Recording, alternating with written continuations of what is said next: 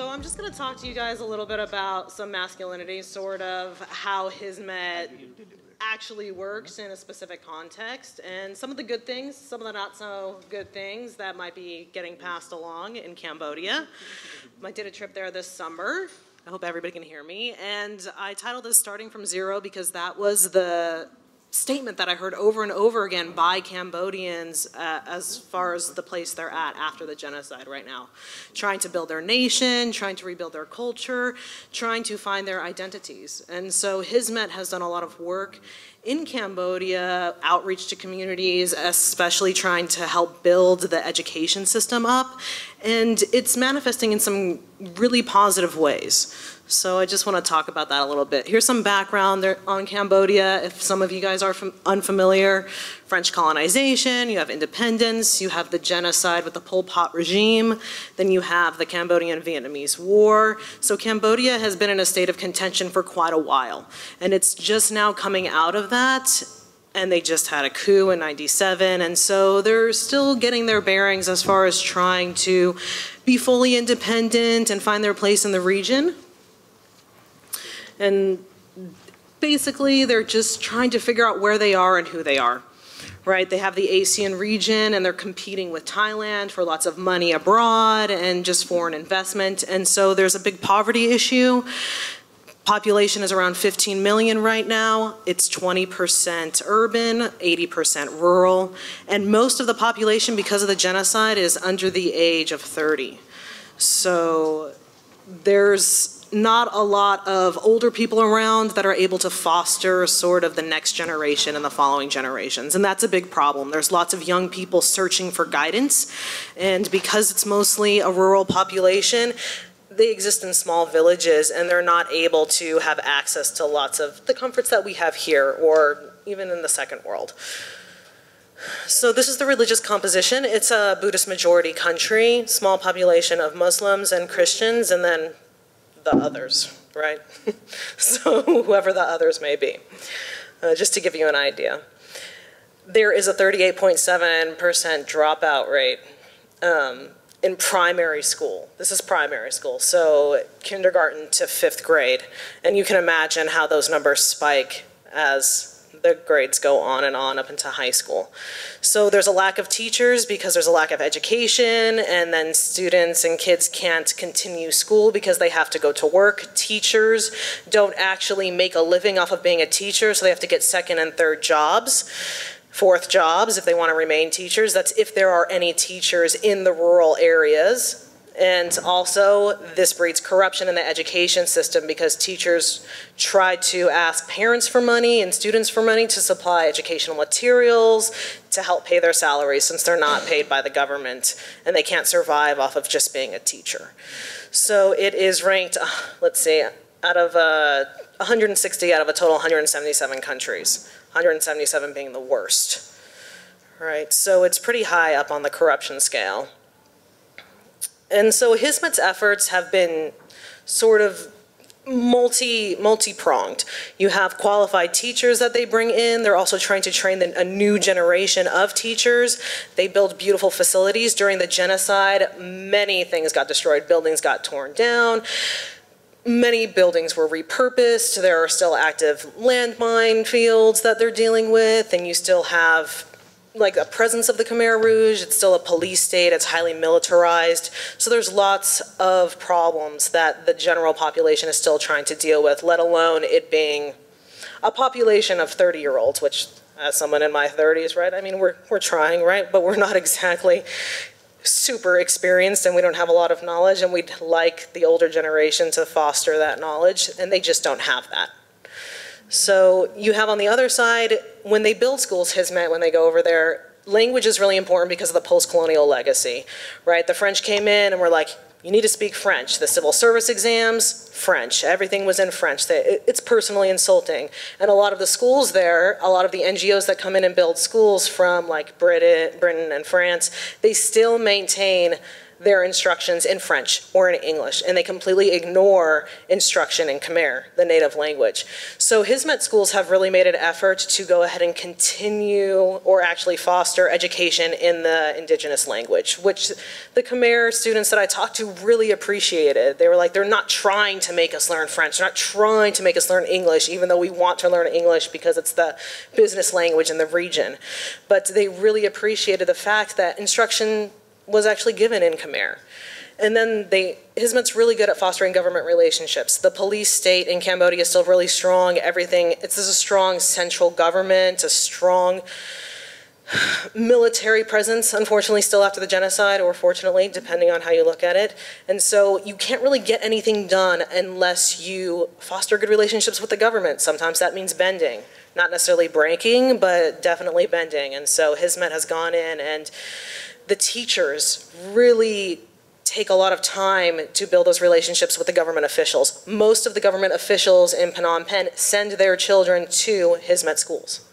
So that alone, right, it is the best education available in Cambodia right now. And then there's also genocide awareness, right? The genocide is part of recent history, and the government is working on making sure that the genocide gets written into the textbooks, right, like in Khmer, so that the future generations have knowledge of the past. And they frame the genocide in this really interesting way, that everybody is a victim of the genocide. It's not just the Khmer Rouge, it's not just these types of Cambodians, but everybody, the whole country suffered, the whole country is suffering, and we are trying to climb our way out together. So that knowledge, I think, in framing the genocide in this way, helps foster a new generation less likely to engage in genocide in the future, right? When we write things out of the textbooks, when we try to create knowledge that is false, and it doesn't exactly foster trust when these things start to pop up in education systems. So then just the government and these Hizmet schools trying to foster textbooks and also bringing kids to genocide museums and bringing kids to the mass graves so that they understand that this is part of their history, it's part of their legacy. Yes, we are starting from ground zero. However, that doesn't make you any less of a person, right? Like that becoming part of your identity helps foster humanity in an interesting way. And so I really appreciated that, because so often when we have genocidal legacies in our history, we try to forget about them.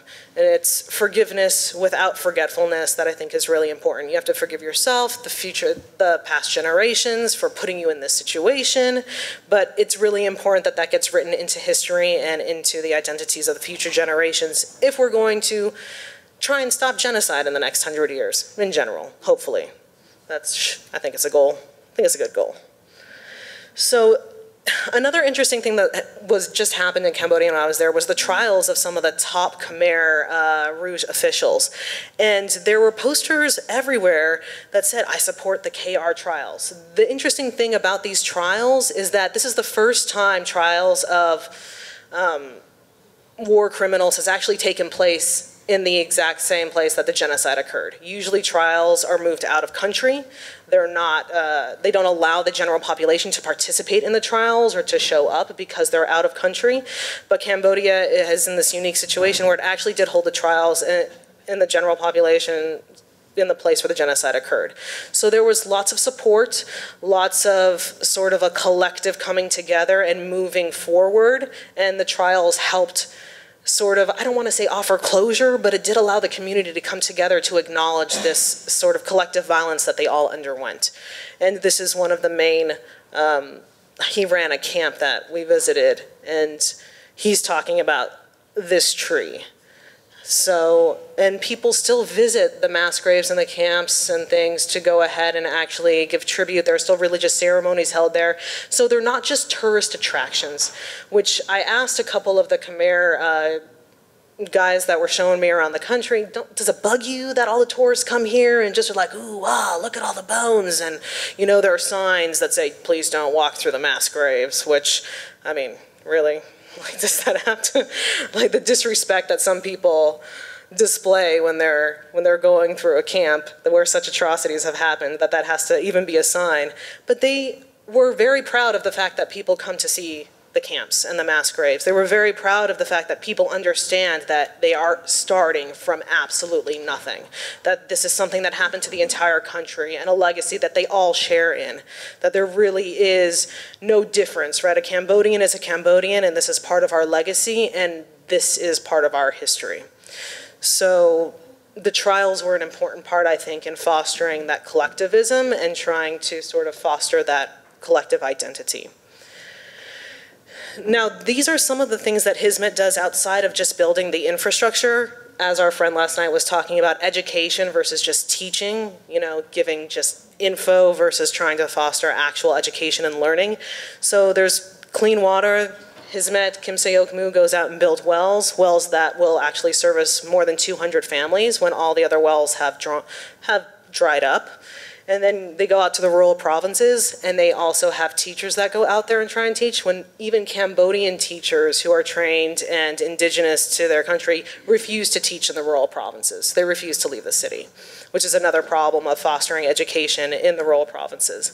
Adult education, there's a major trust issue because of the genocide. People in the rural provinces do not want to send their children to urban schools. One is the human trafficking issue in the region, as well as sex trafficking, as well as their children being murdered because of the genocide. There's this fear that has just been built about letting your children go off and get educated anywhere or go out of your sight because so many children were killed. And then there's student exchange programs and dialogues and interfaith dialogues and internships. There's the Mekong Dialogue Institute that actually engages in religious interfaith works. They bring in Cambodian Buddhists and Cambodian Muslims, and they sit them down at the table. They all engage with one another, and they teach each other about their religious traditions.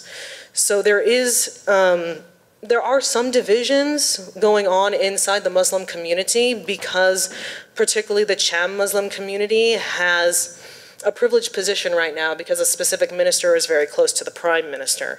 And there's some privileging of funds going to the Cham Muslim community versus the regular Muslim community. And there's also a presence of Wahhabis and Salafis coming in for dawah and things like that. So you've got competing masculine Muslim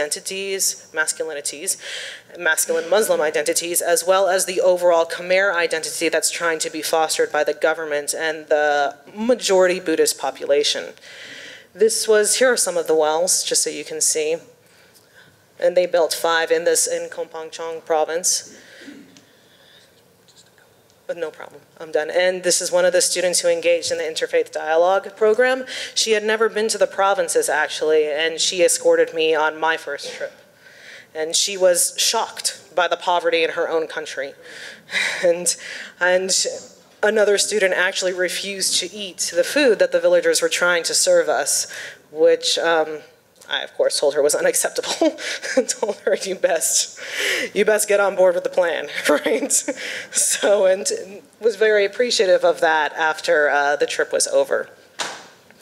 And this is one of the villages we visited. At the top are Buddhists, actually, that converted to Islam because they saw how communal the Islamic community was. It was a village that was split sort of 50-50, Cambodian Muslims and then Cambodian Buddhists. And a lot of the Buddhists were like, the Muslims just helped everybody. They wanted to help everybody.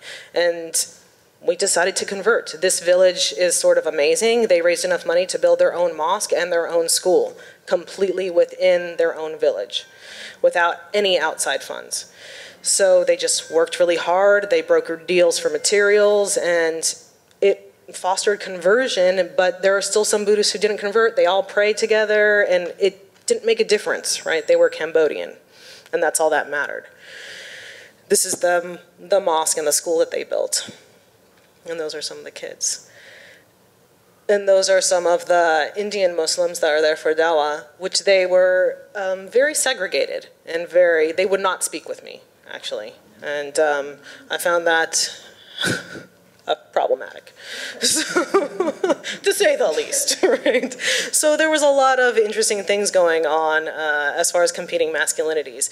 But the most interesting case I can tell you is actually what happened inside the Mekong Dialogue Institute office, where you had interns that were Khmer Muslims and Khmer Buddhists, and then you had the Turkish Hizmet volunteers, and you also had converted Muslims and Cham Muslims.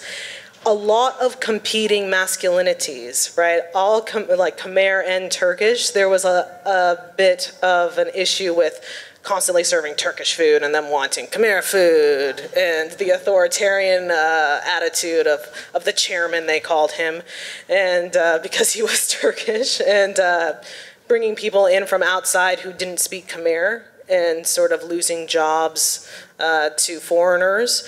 And so this competitive nature all manifested in hyper-masculine aggressiveness towards the one female kitchen servant person in the office. And so there's some kinks that need to be worked out, because I think there's some bad habits being adopted by the Khmer community that they might be learning from Turkish Muslim presence, as well as Hizmet presence, as well as presence from Wahhabis and other Arabs in the region. But overall, I think that the Khmer way of dealing with the genocide and incorporating that legacy, and with the help of the educational infrastructure that Hizmet's trying to build, is a great model for how to deal with collective violence and legacies of collective violence. I found it incredible. So thank you.